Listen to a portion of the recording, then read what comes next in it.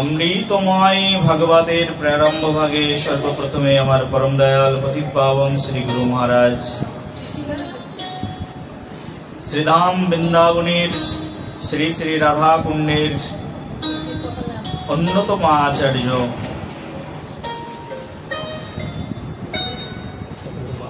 শ্রীমতী রাধারানীর কৃপা কিঙ্করী ভগবান শ্রীহরির দিব্য নামামৃত প্রভুর নিত্য সেবক আমার পরমারাধ্য পতিত পাবন শ্রী গুরু মহারাজ শ্রী শ্রী 108 প্রাণ কৃষ্ণ দাস বাবাজি মহারাজের চরণ পদ কমলে সশ্রদ্ধ কোটি দণ্ডবাদ প্রণতিপাত জ্ঞাপন পূর্বক আজকে আমরা আস্বাদন করব উদ্ধব সন্দেশ, উদ্ধবের কথা। কালকে আমরা যে সকল উপক্রমণিকা আলোচনা করেছিলাম সেই সকল কথার কিছু অংশকে আমরা পুনরায় পানপূর্বক সেই অমৃত আস্বাদনকে পুনরায় স্মরণ পূর্বক আমরা পরবর্তী কথামৃত রসলহরীতে প্রবেশ করব। সবাই একবার বলো রাধে রাধে রাধে রাধে। গতদিনই আমরা আলোচনা করেছিলাম ভগবান শ্রীকৃষ্ণের সাধু সঙ্গের প্রতি লোভ হয়েছে। কিসের প্রতি? সাধু সঙ্গের প্রতি। আমরা গতদিনে সেই সাধু হিসাবে যাকে আখ্যায়িত করেছিলাম তিনি হচ্ছেন স্বয়ং কিশোরীজি শ্রী বৃন্দাবনের। বলে এই জগতে তার মতো সাধু আর কেউ নেই যার সঙ্গ লালসা শ্যামসুন্দর স্বয়ং বাসনা করেন। তিনি হচ্ছেন স্বয়ং শ্রীমতী রাধারানী। সবাই একবার বলো বলো রাধে রাধে।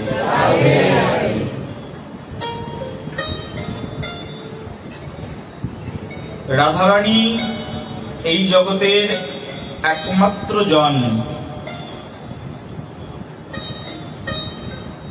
যিনি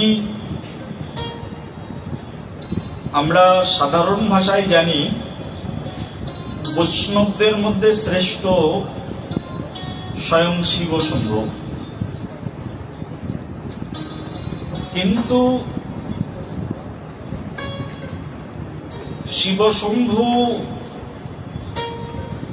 যার আনুগত্যতা না পেলে ভজন অভিলাষী হতে পারেন না। শ্রেষ্ঠ বৈষ্ণব কিন্তু আনুগত্যতার জন্য যার কাছে প্রার্থনা করেন সদা সর্বক্ষণ স্বয়ং শিব শম্ভু বৈষ্ণবদের মধ্যে সর্বশ্রেষ্ঠ। তার মতো বৈষ্ণব এই জগতে আর কেউ নেই। কিন্তু এই বৈষ্ণব নাম যথা শম্ভু, এই শম্ভুর উপাস্যকে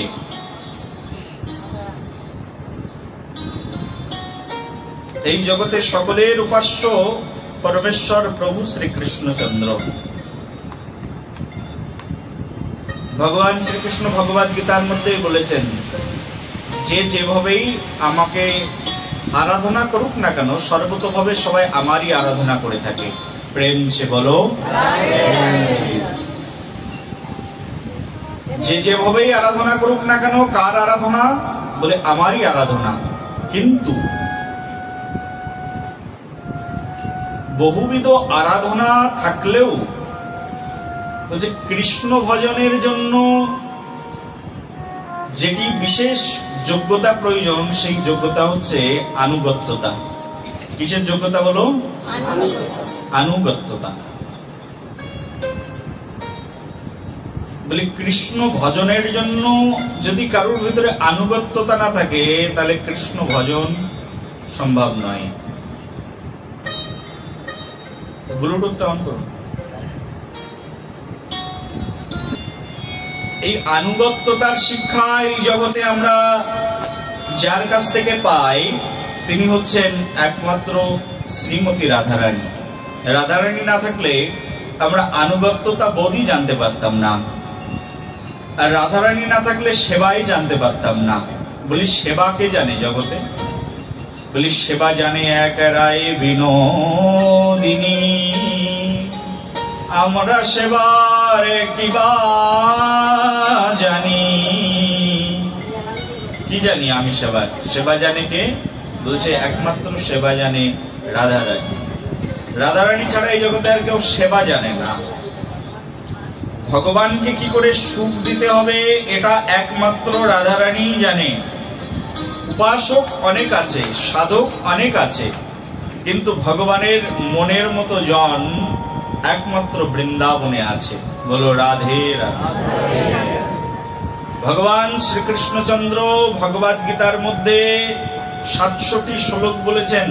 তার মধ্যে ভগবান একটি শ্লোক তার নিজের মুখ দিয়ে 2 বার উচ্চারণ করেছেন। তার মানে তিনি জগৎ জীবকে এই 40 মিনিটের মোটিভেশনের মধ্যে ভগবান শ্রীকৃষ্ণের যে 40 মিনিটের বক্তৃতা, সারা পৃথিবী বিখ্যাত বক্তৃতা, এই বক্তৃতার মধ্যে একই কথা 2 বার বলেছেন, একই শ্লোক 2 বার উচ্চারণ করে জগৎজীবকে বুঝিয়ে দিয়েছেন যে কতটা গুরুত্ব রয়েছে এই শ্লোকের। তার মানে খুব যুদ্ধের মাঝখানে দাঁড়িয়ে থেকে 700 শ্লোকে ভগবদ গীতা, আর সেই ভগবদ গীতার অমৃত রসায়নের মধ্যে স্বয়ং ভগবান শ্রীকৃষ্ণচন্দ্র একই শ্লোক 2 বার উচ্চারণ করলেন। বলি কেন? একই শ্লোক 2 বার উচ্চারণ করার কারণ এই শ্লোকের উপরে গুরুত্ব অর্পণ করা হলো। তোমরা এই শ্লোকটিকে ভালো করে বুঝবার চেষ্টা করো। আর সেই শ্লোকেই ভগবান শ্রীকৃষ্ণ যে ব্যাখ্যা দিলেন, সেই ব্যাখ্যাটা হচ্ছে আনুগত্যতার ব্যাখ্যা, সেটা হচ্ছে রাধা ভজনের ব্যাখ্যা। কেউ কেউ প্রশ্ন করে ভগবদ গীতায় কোন জায়গায় কি রাধার কথা উল্লেখ আছে? বলি রাধার কথা ভগবদ গীতার মধ্যে ভগবান শ্রীকৃষ্ণ স্পষ্ট ভাষায় রাধার নামটি উচ্চারণ না করেও রাধারানীর আনুগত্যতার শিক্ষা ভগবদ গীতার মধ্যেই দিয়েছেন। প্রেম সে বলো।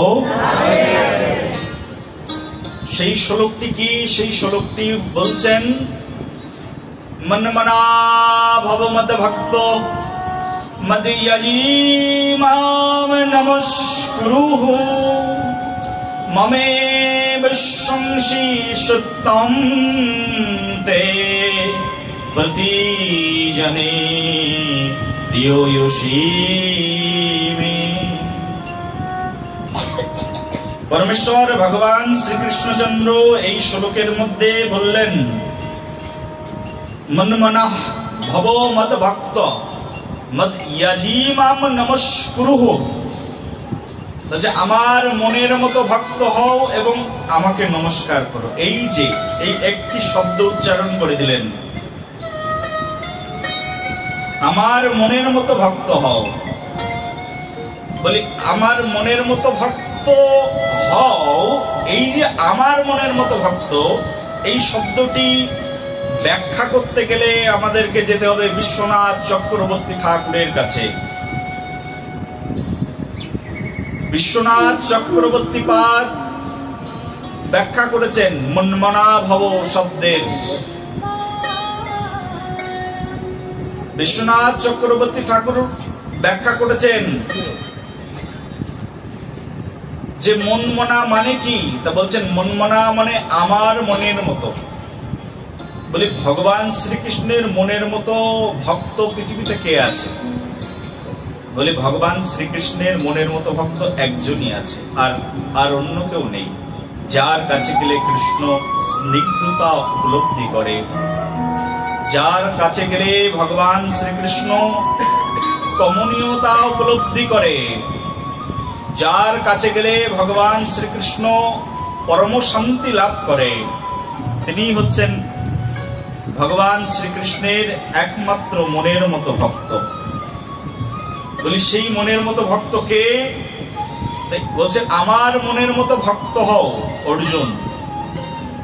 এই কথা দিয়ে তিনি বুঝিয়ে দিলেন, অর্জুন এখনো তুমি ভক্ত হয়েছো, কিন্তু আমার মনের মতো ভক্ত হতে পারোনি। তো আমার মনের মতো ভক্ত কোথায় পাওয়া যায়? তো বলছে আমার মনের মতো ভক্ত একমাত্র শ্রী বৃন্দাবনে পাওয়া যায়। বলো রাধে রাধে, প্রেম সে বলো। অর্জুনকেও বলে দিলেন, অর্জুন আমার মনের মতো ভক্ত যদি হতে চাও তাহলে বৃন্দাবনে যাও, মনমনা ভব মত ভক্ত। এই বৃন্দাবনে আমার মনের মতো একজন ভক্ত আছে, তার সঙ্গ লাভ করো। একই কথা আজকে উদ্ধবকে ভগবান শ্রীকৃষ্ণচন্দ্র বলছেন। এই যে উদ্ধব সংবাদ গতদিনে আমরা এখানেই শেষ করেছিলাম। উদ্ধবকে পরমেশ্বর প্রভু ভগবান শ্রীকৃষ্ণচন্দ্র বলছেন, উদ্ধব শোনো, আমার মনের বাসনা হলো সাধু সঙ্গ করবার। আমি বৃন্দাবনে আবির্ভাব হলাম, বৃন্দাবনে আবির্ভূত হলাম। ভগবান শ্রীকৃষ্ণ কোথায় আবির্ভূত হয়েছেন? বলে বৃন্দাবন ধাম কি। আসছে আগামীকাল পরমেশ্বর প্রভু ভগবান শ্রীকৃষ্ণচন্দ্রের আবির্ভাব। কৃষ্ণ একই দিনে দুই জায়গায় আবির্ভূত হয়েছেন। তার মধ্যে একটি হচ্ছে কংসের কারাগার। লৌকিক দৃষ্টিতে সবাই দেখলেন যে ভগবান শ্রীকৃষ্ণ কংসের কারাগারের মধ্যে জন্ম নিয়েছেন, কিন্তু পরমেশ্বর ভগবান শ্রীকৃষ্ণ একই সঙ্গে কংসের কারাগারের মধ্যে যেমন জন্ম নিলেন, তেমনি ভাবে তিনি নন্দ ভবনেও জন্ম নিলেন। একই সঙ্গে দুই জায়গায় আবির্ভাব হয়ে গেল ভগবান শ্রীকৃষ্ণের। ভগবানের দ্বারা অসম্ভব এই জগতে কিছু আছে নাকি? কেউ প্রশ্ন করতে পারে, তাহলে ভগবান একজনই মানুষ দুই জায়গায় আবির্ভূত হলেন কি করে? বলি, তোমার আমার মতো তো ভগবানের ব্যাপার নয়। তোমাকে এখান থেকে দিল্লি যেতে গেলে দমদম এয়ারপোর্ট পর্যন্ত পৌঁছাতে হবে, তারপরে সেখান থেকে তোমাকে প্লেন ধরতে হবে, তার আগে টিকিট কাটতে হবে, প্রসেসিং করতে হবে, তারপরে গিয়ে তুমি দিল্লিতে গিয়ে পৌঁছাবে। বলি, ভগবানের দিল্লি পৌঁছানোর জন্য এত প্রসেসিং করা লাগে না। ভগবান মন করলেই তিনি দিল্লিতে পৌঁছে যেতে পারেন। ভগবান তো ছাড়ো, ভগবানের ভক্তরাও পারেন। ভগবান তো পরম শক্তিমান, সবকিছু পারেন, ভগবানের ভক্তরাও পারেন। আমাদের ভগবানের একজন প্রিয় ভক্ত আছেন, নাম হচ্ছে নারদ মুনি। আমাদের নারদ মুনি যদি মনে করেন এখন ব্রহ্মাণ্ড লোকে চলে যাব বা ব্রহ্মার কাছে চলে যাব, ব্রহ্মলোকে, সঙ্গে সঙ্গে মনে করলেই মনের বেগে তিনি ব্রহ্মার কাছে চলে যেতে পারেন। নারদ মুনি যদি মনে করেন এখনই নরক দর্শনে যাব, তা শুধুমাত্র সেকেন্ড বলতে, এক বলতে যতটুকু টাইম লাগে তার চেয়ে আরো অধিক সময়ের মধ্যে নারদ মুনি নরকের মধ্যে পৌঁছে যেতে পারেন, নরক দেখে চলে আসতে পারেন নরকে কি হচ্ছে। এখনো নারদ মুনি প্রতিদিন ঘুরছেন, তোমার সামনেই হয়তো এসেছে, তুমি বুঝতে পারছো। প্রেম সে বলো। নারদ মুনির এত ক্ষমতা আছে। বলি, মঙ্গল গ্রহে যাব, তোমরা চিন্তা করছো আমরা মঙ্গল গ্রহে যাব। তো মঙ্গল গ্রহে যাওয়ার জন্য এখন তোমাকে নাসার কাছে যেতে হবে, তাও আবার সায়েন্সে পড়তে হবে, না পড়লে যেতে পারবে না। ট্যালেন্ট স্টুডেন্ট হতে হবে, ভারতবর্ষ থেকে স্কলারশিপ নিতে হবে, তারপরে তোমাকে নাসায় গিয়ে যোগদান করতে হবে যদি সরকার চায়। দুই দেশের সঙ্গে সন্ধি হবে, সন্ধি হওয়ার পরে সরকার যখন মনোনয়ন করবে তুমি নাসায় চলে গেলে, এখন যাওয়ার পরে সেখানে গিয়ে তারপরে তোমাকে চাকরি করতে হবে। তোমার গবেষণা, তোমার ধারণা যদি একেবারে সঠিক জায়গায় পৌঁছে যায়, তাহলে কর্তৃপক্ষ, নাসা কর্তৃপক্ষ তোমাকে সিলেক্ট করবেন যে তুমি এখন মঙ্গল গ্রহে যাও, পাড়ি দাও, তারপরে তুমি মঙ্গল গ্রহে যেতে পারবে। তার জন্য কতটা লং টাইমের প্রয়োজন বলো।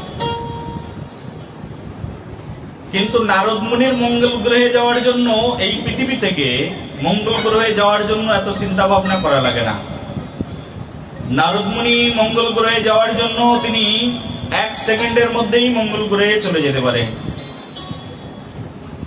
তিনি যদি মনে করেন এক্ষুনি মঙ্গল গ্রহে যাব, শুধু একটা শব্দ বলার সঙ্গে সঙ্গে, একটাই পাসওয়ার্ড আছে, এই পাসওয়ার্ডে টিপ দিলেই তিনি 1 সেকেন্ডের মধ্যে মঙ্গল গ্রহে চলে যেতে পারেন।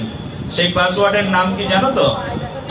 বলো নারায়ণ, বলো নারায়ণ, নারায়ণ, নারায়ণ, নারায়ণ, নারায়ণ, নারায়ণ, নারায়ণ নারায়ণ নারায়ণ নারায়ণ বলি নারায়ণ, নারায়ণ, নারায়ণ, নারায়ণ, নারায়ণ নারায়ণ নারায়ণ নারায়ণ নারায়ণ, নারায়ণ, নারায়ণ, নারায়ণ। নারায়ণ নারায়ণ নারায়ণ নারায়ণ। এই যে পাসওয়ার্ড নারদ মুনির কাছে একেবারে কমন পাসওয়ার্ড।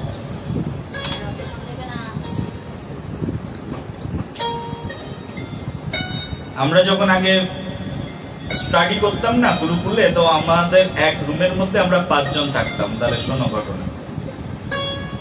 কিন্তু ওই আমাদের যে তালা চাবি আছে না, ওই রুমের যে তালা চাবি কিন্তু তার মানে চাবি দেওয়া লাগে না, এতে শুধু ওর তালার মধ্যে 1 2 3 4 5 6 7 লেখা রয়েছে, নাম্বার করা রয়েছে। তো আমরা জানি শুধুমাত্র আমাদের রুমের নাম্বার কত, এই তালার নাম্বার কত, এই 5 জনই জানি। এই 5 জন আবার একজন আর একজনকে বলেছে, এই শোনো, অন্য কেউ যেন জানতে না পারে এই পাসওয়ার্ড, কারণ আমরা 5 জনই থাকি, আর কেউ যেন না জানতে পারে। তার কারণ কি? বলি 5 জনের বেশি জানলে কিন্তু আমাদের ঘরের ভিতরে ল্যাপটপ আছে। আমরা যখন স্টাডি করতাম সবার কাছে ল্যাপটপ থাকতো, ঠিক আছে? তো পড়াশোনাটা ল্যাপটপেই হতো। তাহলে ঘরের মধ্যে ল্যাপটপ রয়েছে, মোবাইল ফোন রয়েছে, দামি দামি জিনিস আছে, কারোর কিছু যদি অন্য কেউ এসে ঘরের মধ্যে প্রবেশ করে, সেই জন্য আর কেউ জানবে না, 5 জনই জানি। কিন্তু 5 জন ওই একই পাসওয়ার্ড ইউজ করে আমরা ঘরের মধ্যে প্রবেশ করি। বলে এটা হচ্ছে কমন পাসওয়ার্ড 5 জনের জন্য। তেমনি ভাবে বলে ভগবান শ্রীকৃষ্ণের কাছে পৌঁছে যাওয়ার জন্য এক গ্রহ থেকে আর এক গ্রহে যাওয়ার জন্য একটা কমন পাসওয়ার্ড আছে। সেই পাসওয়ার্ড কারা জানেন? বলি কমন কিছু লোক জানেন, যারা এই ঘরের অধিবাসী, ঘরের মধ্যে যারা থাকেন তারাই জানেন। বলি ভগবানের কাছে যাওয়ার জন্য একটা পাসওয়ার্ড আছে। সেই পাসওয়ার্ড কারা জানেন? অন্য কেউ জানে না। কিন্তু কারা জানে? বলি যারা কৃষ্ণ মন্ত্রে দীক্ষা নিয়েছেন তারা জানেন, অন্য কেউ জানেন না। প্রেমছে বলো। আবার গুরুদেব কানের মধ্যে মন্ত্র দেওয়ার সময় বলে দেয়, এই শোনো, একটা পাসওয়ার্ড দিলাম তোমাকে, এই পাসওয়ার্ড নিয়ে যেতে পারবে তুমি, কিন্তু কাউকে বলবে না, খবরদার। না গুরুদেব, কাউকে বলা যাবে না। না না, কাউকে বলো না, তবে হ্যাঁ তুমি তোমার গুরু ভাই বোনদের কাছ থেকে সাহায্য নিতে পারো, তাদেরকে বলতে পারো। ও হো হো, এখন বুঝলাম, তাহলে এই পাসওয়ার্ড শুধু গুরু ভাই বোনদেরকে বলা যাবে। প্রেমছে বলো। ওই রকম এক ঘরে 5 জন আছে, পাসওয়ার্ড একটাই, বলে কাউকে বলবে না, 5 জনের বাইরে যেন না যায়, তাহলে চোর এসেছে। প্রেমছে বলো। ওই রকম ভগবানের কাছে যাওয়ার জন্য পাসওয়ার্ড আছে, কিন্তু পাসওয়ার্ড সবাই জানে না। কারা জানে? বলি স্বজাতীয় জন জানে, যারা এক ঘরের মধ্যে বাস করি তারা সবাই জানে। নারদ মুনির পাসওয়ার্ড আছে, নারদ মুনি এবার পাসওয়ার্ড ওপেন করেও দিয়েছেন। বলি ওপেন করে দিলেও কিন্তু সবাই জানে না। কারা কারা জানে? বলি যারা নারদের জন তারা জানে। বলি যারা নারদকে জানে তারাই জানে। নারদকে কারা জানে? 12 মহাজনের মধ্যে একজন হচ্ছেন নারদ মুনি। জানেন কে তাকে? বলে তাকে যিনি জানেন তিনি হচ্ছেন সাধু। সাধুরাই নারদ মুনিকে জানে। আর নারদ মুনি বিনাই কি নাম কীর্তন করে শুধু সাধুরাই জানে। বলে এটা নারদ মুনি কি গায় জানো তো? কি গায়? নারদ মুনি বাজায় বীণা রাধিকার মন নামে। কি নামে? নারদ মুনি বাজায় বীণা রাধিকা রমন নামে। ও নাম মুনি উদিত হয় হৃদয় গীত সামে। নারদ মুনির যে নাম সে হচ্ছে রাধিকা রমণ নাম। নারদ মুনি তো নারায়ণ নাম আশ্রয় করে বিশ্ব ব্রহ্মাণ্ডে ঘোরেন, কিন্তু হৃদয়ের মধ্যে নারদ মুনি বিনা যন্ত্রে যে নাম কীর্তন করেন তার নাম হচ্ছে রাধিকা রমণ। বলো রাধা রমণ লাল কি। রাধা রমণ দেখেছো আমাদের মন্দিরের মধ্যে? হ্যাঁ, কেমন লম্বা লম্বা চোখ, গোল গোল চোখ করে তাকিয়ে আছেন সবার দিকে, আবার চোখ দুটো টানা টানা, কিন্তু রাধা রমণের। রাধা রমণের চোখের দিকে তাকালেই রাধা রমণের প্রেমে পড়ে যাবে। বলো রাধা রমণ লাল কে। আমার ঘরের মধ্যে যাবে, ঘরের মধ্যে যেয়ে দেখবে ওখানে রাধা রমণ লাল একেবারে দাঁড়িয়ে রয়েছে, হাতে বাঁশি নিয়ে। নারদ মুনি বাজায় বিনা রাধিকা রমণ নামে। সেই জন্য এক গ্রহ থেকে আর এক গ্রহে যাওয়ার জন্য আমাদের অনেক কিছু প্রসেসিং করতে হয়, কিন্তু নারদ মুনির কিছু প্রসেসিং করা লাগে না, যে কোনো জায়গায় যেতে পারে। তো ভগবান তিনি ইচ্ছা করলে যে কোনো জায়গায় যে কোনো মুহূর্তে অবতীর্ণ হয়ে যেতে পারেন। প্রহ্লাদ বলছেন, তার বাবা হিরণ্যকশিপু বলছেন, এই তোর ভগবান কোথায় থাকে?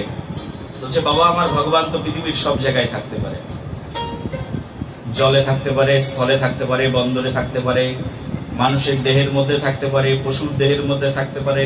ভগবান থাকতে পারে না এমন কোনো জায়গা নেই। বাতাসে থাকে, পরমাণুতে থাকে, থাকে না কোথায়? আচ্ছা, অনালয় অনিলে চির নবনীলে ভূদর সলিল গহনে, আচ্ছা বিটপিলতায় জলদের গায়ে শশিতার কায় তপনে। ভগবান তো সব জায়গায় আছে। বলি স্তম্ভের মধ্যে আছে?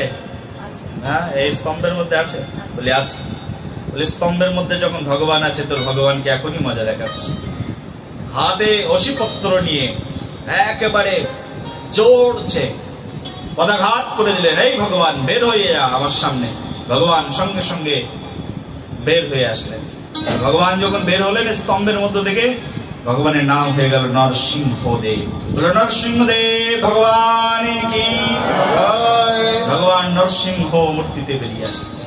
ভগবান বাবা মা লাগে না, আমাদের জন্মগ্রহণ করবার জন্য মা লাগে, বাবা লাগে, ভগবানের এসব লাগে না। যে কোনো জায়গায় যে কোনো সময় জন্মগ্রহণ করতে পারে। বলো সবে। মাসের মধ্যে থেকে বেরিয়ে ভগবান এসে বলছে, আমার নাম মৎস্য অবতার। বরাহের মধ্যে থেকে বের হয়ে বলছে, আমার নাম বরাহ অবতার। পারবে তুমি? ভগবান যে কোনো সময় যে কোনো জায়গায় অবতীর্ণ হয়ে যায়। এই জন্যই তিনি ভগবান, সর্বশক্তিমান, পরম পুরুষোত্তম। ভগবান একই সময়ে নন্দ মহারাজের গৃহে অবতীর্ণ হলেন, আবার একই সময়ে তিনি দেবকী মাতার কোল আলো করে অবতীর্ণ হলেন। দেবকী মাতার কোল আলো করে যখন ভগবান অবতীর্ণ হলেন, তখন তিনি তার চতুর্ভুজ রূপ দর্শন করালেন। সবাই দেখলো, দেবকী মাতা দেখলো, বসুদেব দেখলো, ভগবান কৃষ্ণ আবির্ভূত হয়েছেন। কিন্তু কত হাত? 4 হাত। 4 হস্ত কৃষ্ণ আবির্ভূত হয়েছেন, বিষ্ণু আবির্ভূত হয়েছেন। আর একই সময়ে নন্দ ভবনের মধ্যেও ভগবান আবির্ভূত হলেন। আর নন্দ ভবনে ভগবান যখন অবতীর্ণ হলেন, তখন নন্দ ভবনে ভগবান 4 হাত নিয়ে আবির্ভূত হলেন না, ওখানে আবার ভগবান 2 হাত নিয়ে আবির্ভূত। 4 হাত ভগবানকে দেখে বসুদেব বলছেন, হে ভগবান, আমি তো শিশু পুত্র রূপে তোমাকে চেয়েছিলাম। সঙ্গে সঙ্গে ভগবান তার মায়া যবনিকা চক্র দিয়ে বসুদেব দেবকী মাতার সকল স্মৃতিকে ভুলিয়ে দিলেন, দিয়ে সঙ্গে সঙ্গে আবার দ্বিভুজ রূপ ধারণ করে দেবকী আর বসুদেবের কোল আলো করে সেখানেই রয়ে গেল। কি হলো কি হলো বুঝতে পারলাম না। এখনই দেখলাম ভগবান, আবার এখনই দেখছি আমার ছেলে। ছেলেকে কোলে তুলে নিল। এই ভগবান অবতীর্ণ হলেন একই সময়ে 2 জায়গায়। আবার বসুদেব মাথায় করে নিয়ে ভগবান শ্রীকৃষ্ণকে বৃন্দাবনে পৌঁছে গেল। বলো বৃন্দাবন ধামে কি। যেই বৃন্দাবনে পৌঁছে গেলেন, বৃন্দাবনে পৌঁছে গিয়ে দেখছেন যে বৃন্দাবনে এক কন্যা সন্তান জন্মগ্রহণ করেছেন। কিন্তু ইতিহাস বলছে কৃষ্ণ জন্মগ্রহণ করেছেন, কিন্তু বসুদেব গিয়ে দেখছেন সেখানে কন্যা সন্তান। বলি এটা হচ্ছে ভগবানের মায়া, বুঝতে পারে না সব। দৈবী হেষা গুণময়ী মম মায়া দ্রত্ময়া মামেব ইয়ে প্রপদ্যন্তে মায়ায়েতাম তরন্তি তে। ভগবদ গীতা। ভগবানের মায়া এই জগতে সহজে কেউ বুঝতে পারেন না। ভগবান তার এই বিশেষ লীলা শক্তিকে পুষ্টিদায়ক করবার জন্য সঙ্গে সঙ্গে যোগমায়াকে আহ্বান করলেন। যেই না মায়াদেবীকে আহ্বান করলেন, মায়াদেবী এসে উপস্থিত হয়ে গেলেন, কিন্তু কৃষ্ণকে আবৃত করে দিয়ে মায়াদেবী সেখানে অবস্থান গ্রহণ করলেন। আর বসুদেব যখন গেলেন, বসুদেব কিন্তু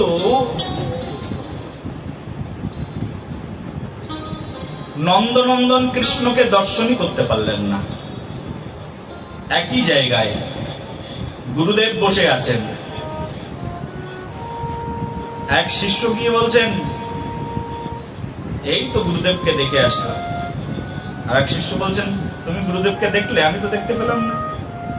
বলি গুরুদেব, দুই ভক্ত গেছেন গুরুদেবকে দর্শন করতে, ভালো করে শুনুন। প্রথম ভক্ত বলছেন গুরুদেবকে দর্শন করেছি, দ্বিতীয় ভক্ত বলছেন আমি তো গুরুদেবকে দর্শন করতে পারলাম না। বলি কেন তুমি গুরুদেবকে দর্শন করতে পারলে না? আমি তো দেখলাম গুরুদেব চেয়ারের পরে বসে আছে, আমি প্রণাম করে আসলাম। আর দ্বিতীয় ভক্ত বলছেন না না না, গুরুদেব তো চেয়ারের পরে বসে নেই, আমি কাউকেই দর্শন করতে পারলাম না। বলে তুমি দর্শন করলে না, আমি দর্শন করলাম, মানে কি? তোমার কি চোখের সমস্যা আছে যে তুমি দেখতে পারলে না কিন্তু আমি দেখে আসলাম? বলে তাহলে চেক করে দেখা যাক চোখের সমস্যা আছে কি নেই। বলছে চলো তাহলে যাই। একটা ফুল বাগানে গেছে, বলছে দেখো তো ফুলের কালারটা কেমন? বলছে ফুলের কালারটা তো লাল। বলছে তুমি বলো ফুলের কালার কেমন? বলছে আমার কাছেও ভাই লাল লেগেছে, কিন্তু তুমি যখন গুরুদেবকে দেখলে, তুমি দেখলে যে গুরুদেব বসে আছে, আর আমি দেখতে পারলাম না কেন? আর এক গুরু ভাইয়ের সহযোগিতা নেওয়া যাক তাহলে। আর এক গুরু ভাইকে বলছে ভাই চলো তো গুরুদেবকে দর্শন করে আসি। এবার তিনজন গিয়ে একসঙ্গে গুরুদেবকে দেখবে। এ বলছে গুরুদেব চেয়ারে বসে আছে, আর আমি দেখলাম গুরুদেব চেয়ারে বসেই নেই। তৃতীয় পক্ষ আর এক গুরু ভাইকে সঙ্গে করে নিয়ে গেছে দর্শন করতে। দর্শন করতে গিয়ে এবার গুরুদেবের দিকে তিনজন একসঙ্গে তাকালেন। তাকিয়ে সবাই মিলে গুরুদেবকে দর্শন করছেন। দর্শনটা কেমন হয়েছে? ওই যে অন্ধের হাতি দেখা, জানো তো, অন্ধের হাতি দেখার মতো। ওই যে 6 ব্লাইন্ড ম্যান পড়েছি না আমরা ছোটবেলায়, যে 6 জন অন্ধ মানুষ তারা গিয়ে উপস্থিত হলেন ওই হাতি দেখতে।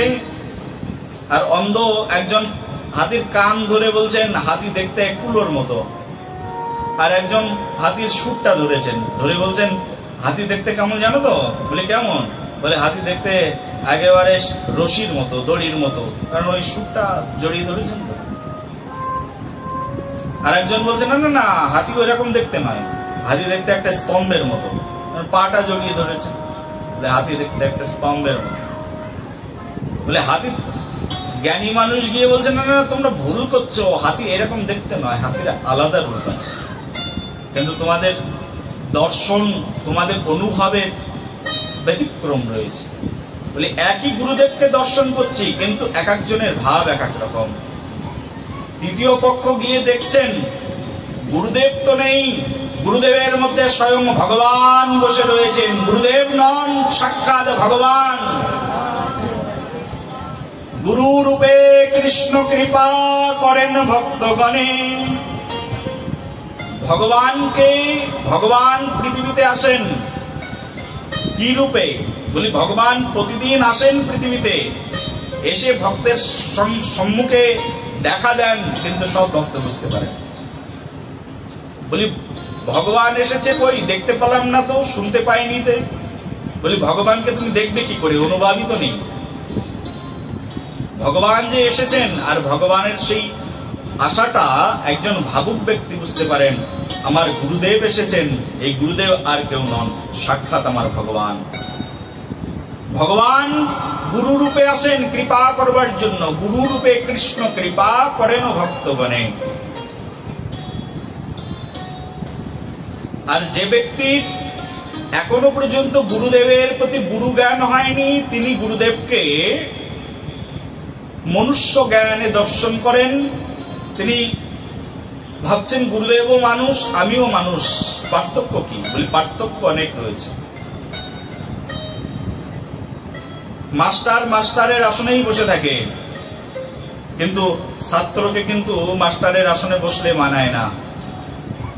ছাত্র যদি যে বলে আমি মাস্টারের আসনে বসে থাকবো আর সবাইকে টিচিং দেবো, অসম্ভব হয়ে যায়। ছাত্র গিয়ে যদি বলে যে আমি পড়াশোনা করবো না, এমনিতেই পাস করে যাব, সেটা অসম্ভব হয়ে যায়। বাবার অনেক টাকা আছে, তারপরেও একজন স্টুডেন্টকে স্কুলেই পড়াতে হয়। বলে প্রাইমারি স্কুলে পড়াবো না আমার ছেলেকে, ডাইরেক্ট একেবারে ইউনিভার্সিটিতে অ্যাডমিশন করে দেবো, আমার অনেক টাকা আছে। বলি সেটা কখনো সম্ভব নয়। প্রথম থেকে সার্টিফিকেট দরকার, অর্জন দরকার, না হলে তুমি ইউনিভার্সিটিতে তোমার ছেলেকে পড়াতে পারবে না। প্রত্যেকেরই এইরকম ক্রম রয়েছে, বিভাগ রয়েছে। আর এই কর্ম বিভাগ এই জগতে যিনি শিখিয়েছেন তার নাম হচ্ছে শ্রীমতী রাধারানী। বলো শ্রীমতী রাধারানী কি? এই রাধারানী এই জগতে এই কর্ম বিভাগ শিখিয়েছেন। বলে ভজন এই জগতে যিনি শিখিয়েছেন তার নাম হচ্ছেন রাধারানী। ভগবান শ্রীকৃষ্ণচন্দ্র এই রাধারানীর আনুগত্যে ভজন করেছেন। স্বয়ং গৌরাঙ্গ ভগবান রাধা আনুগত্যে ভজন করেছেন। এই রাধা ভাবে বিভাবিত হয়ে ভজন করেছেন। গৌরাঙ্গ কাকে মানতেন? বলি গৌরাঙ্গ যাকে মানতেন তিনি হচ্ছেন রাধারানী। গৌরাঙ্গ দেখালেন রাধারানীর আনুগত্যতা কেমন করে স্বীকার করতে হয়। স্বয়ং গৌরাঙ্গ এই নবদ্বীপে আবির্ভূত হলেন, আর আবির্ভূত হয়ে তিনি জগজ্জীবকে দেখালেন যে কি করে রাধা আনুগত্যে ভজন করতে হয়। বলি কৃষ্ণকে পেতে চাও? বলে রাধার আনুগত্যতা নেই, কৃষ্ণকে কোনোদিন পাবে না। একলা কৃষ্ণের উপাসনা হয় না আমাদের এই ভজন পদ্ধতিতে। কার উপাসনা হয়? বলে রাধা কৃষ্ণের উপাসনা হয়। বলো রাধে রাধে। কার উপাসনা হয়? একলা কৃষ্ণের উপাসনা কোনো ভক্তই করেন না, কারণ উপাসনাটা সম্পূর্ণ হয় যখন রাধা আনুগত্যে আমরা ভজন করি, তখন উপাসনা পূর্ণ হয়। যদি রাধার আনুগত্য না থাকে তাহলে উপাসনা থাকেই না। স্বয়ং গৌরাঙ্গ মহাপ্রভু জগজ্জীবে দাঁড়ে দাঁড়ে গিয়ে রাধা আনুগত্য শেখালেন, কিন্তু আমরা গৌরাঙ্গের এই অন্তরঙ্গ ভাবটাকে এখন আর প্রচার করি না। আমাদের প্রচার বেড়েছে, কিন্তু গৌরাঙ্গের স্বীয় ভাব প্রচার বাড়েনি। বলি সারা বিশ্বের হাজারো হাজারো মানুষ হরে কৃষ্ণ মহামন্ত্র কীর্তন করে। বলি মহাপ্রভু শুধু হরে কৃষ্ণ মহামন্ত্র শেখানোর জন্যই পৃথিবীতে এসেছেন এমনটি নয়। চৈতন্য চরিতামৃতে যদিও কৃষ্ণদাস কবিরাজ গোস্বামীপাদ বর্ণনা করেছেন, চারি যুগে চারি ধর্ম জীবেরও কারণ, কলিযুগের ধর্ম হয় হরিনাম সংকীর্তন, এত দার্থে অবতীর্ণ শ্রী শচীনন্দন। এই কথাটি যেমন চৈতন্য চরিতামৃতে বর্ণনা করা হয়েছে যে হরিনাম প্রচারের জন্য, হরিনাম দেওয়ার জন্য মহাপ্রভু এসেছেন, তেমনি ভাবে চৈতন্য চরিতামৃতে একথাও বর্ণিত রয়েছে যে স্বয়ং শ্রীমান মহাপ্রভু এই পৃথিবীতে এসেছেন রাধা দাস্য ভাবকে জগৎ জীবের মাঝখানে প্রদান করতে। কৃদিশ বা প্রণয় মহিমা শ্লোকটি যদি কেউ আস্বাদন করেন শ্রী শ্রী চৈতন্য চরিতামৃতে, তাহলে এর রস আস্বাদন করা যায়। अनार्पित चरिंग चिरात करुणाय अवतीर्ण कलो समार्प्यात मुन्नत उज्जल रसो शवकृति श्रेयाम हरि पुराट सुंदर दूती कदम्ब संदीपितो सदा हृदय कंदर स्फूर्तो बशचे नंदनः।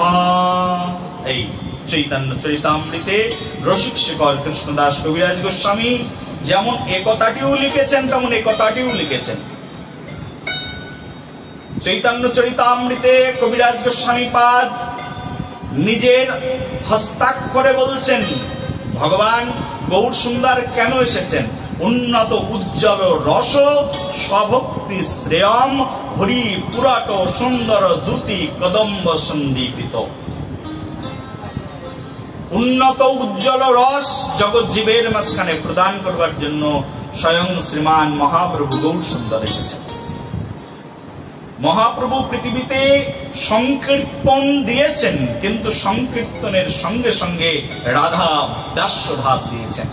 যদি রাধা দাস্য অবলম্বন না করে, যদি রাধারানীর আনুগত্যতা স্বীকার না করে কেউ হরিনাম কীর্তন করে, তাহলে সেটা মহাপ্রভুর, সেটা কৃষ্ণের প্রীতিবিধান মোটেও নয়। প্রেম সে বলো, প্রীতিবিধানের বিষয় আছে বলি কর্তব্য কর্ম। বাড়িতে একটা চাকর রেখে দিয়েছি, চাকর প্রতিদিন রান্না করে, আর প্রতিদিন চাকর রান্না করে দিয়ে বাবুকে রান্না করে খেতে দিয়ে চলে যায়।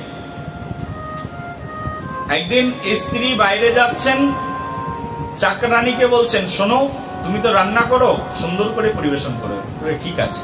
বলে 1 মাস পরে আসবো। বলে ঠিক আছে।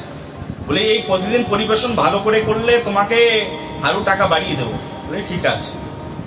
চাকর প্রতিদিন বাবুকে পরিবেশন করেন, কিন্তু সেটা হচ্ছে তার কর্তব্যবোধ। কি সেটা? কর্তব্যবোধ। বলে আমাকে পরিবেশন করতে হবে, ভালো পরিবেশন করলে ভালো টাকা পাবো। কিন্তু স্ত্রীও তার স্বামীকে পরিবেশন করে, এটা কিন্তু শুধু কর্তব্যবোধ নয়, এর ভিতরে রয়েছে প্রেমবোধ। প্রেম সে বলো, কর্তব্যবোধ একটা আলাদা জিনিস আর প্রেমবোধ একটা আলাদা জিনিস। দুটো জিনিসকে বুঝতে হবে। ভগবানকে ভালোবাসি, দীক্ষা নিয়েছি, মন্ত্র জপ করি, কর্তব্যবোধ। দীক্ষা নিয়েছি, ভগবানের চরণে পুষ্প দিয়ে আর গুরুদেবের চরণে পুষ্প অর্পণ করি, কর্তব্যবোধ। কিন্তু দীক্ষা নিয়েছি, জীবন শ্রী গুরু চরণে সমর্পণ করেছি। দীক্ষা নিয়েছি মনে কৃষ্ণ চরণে জীবন উৎসর্গ করে দিয়েছি, এই হচ্ছে প্রেমবোধ। গুরুদেব বলেননি, কিন্তু আমি হৃদয় থেকে করি। কি না, প্রতিদিন ভগবানের জন্য অর্চন, ভগবানের চিন্তন, ভগবানের পূজন, নিরন্তর তার নাম স্মরণ আমি প্রতিদিন প্রতিনিয়ত করি। এই যে ভাব, এই ভাবকে বলে প্রেম, ভালোবাসা। এই জগতে ভালোবাসা, প্রেম বস্তুটি একমাত্র প্রয়োজন। আমাদের 3টি বিষয় গৌড়ীয় জগতে: সম্বন্ধ, অভিধেয় আর প্রয়োজন। চৈতন্য চরিতামৃতে শ্রীমান মহাপ্রভু গৌর সুন্দর এই 3টি বিষয় শিখিয়েছে। বলো কি কি? সম্বন্ধ, অভিধেয়, প্রয়োজন। বলি প্রয়োজন কি? এই জগতে আমার যা প্রয়োজন সেটা হচ্ছে প্রেম। যদি প্রেম না থাকে এই জগতে সবকিছু শূন্য, আর প্রেম যদি থাকে সবকিছু পূর্ণ। প্রেম না থাকলেই সব শূন্য, আর প্রেম থাকলেই সব পূর্ণ। প্রেম সে বলো। একটু ভক্তরা দিকে সরে এসো, অনেক ভক্তরা বসতে পারছে না, সামনের দিকে সরে এসো, কাছাকাছি চলে এসো। আমাদের জায়গা কম, কি করা যাবে? প্রত্যেক বছর আমাকে বলতে হয় একই কথা, বলবেন যে একই কথা শুনতে শুনতে আমাদের কান পচেই গেল। বলে পচে গেলে আর একবার শোনো, কোনো সমস্যা নেই। আমাদের মন্দিরের মধ্যে জায়গা কম আছে, কিন্তু হৃদয়ের মধ্যে জায়গা অনেক বেশি আছে। প্রেম সে বলো।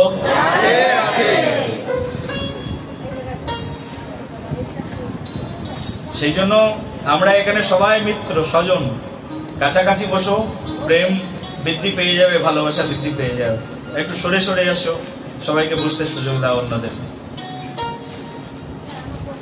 আরো সরে এসো, আরো সরে এসো, আরো কাছে সরে এসো।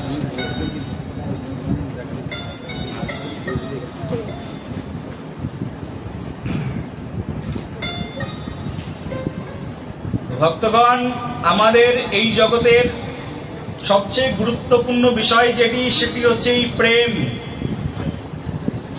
বলি এই প্রেম এই জগতে যিনি শিখিয়েছেন তার নাম হচ্ছে গৌর সুন্দর।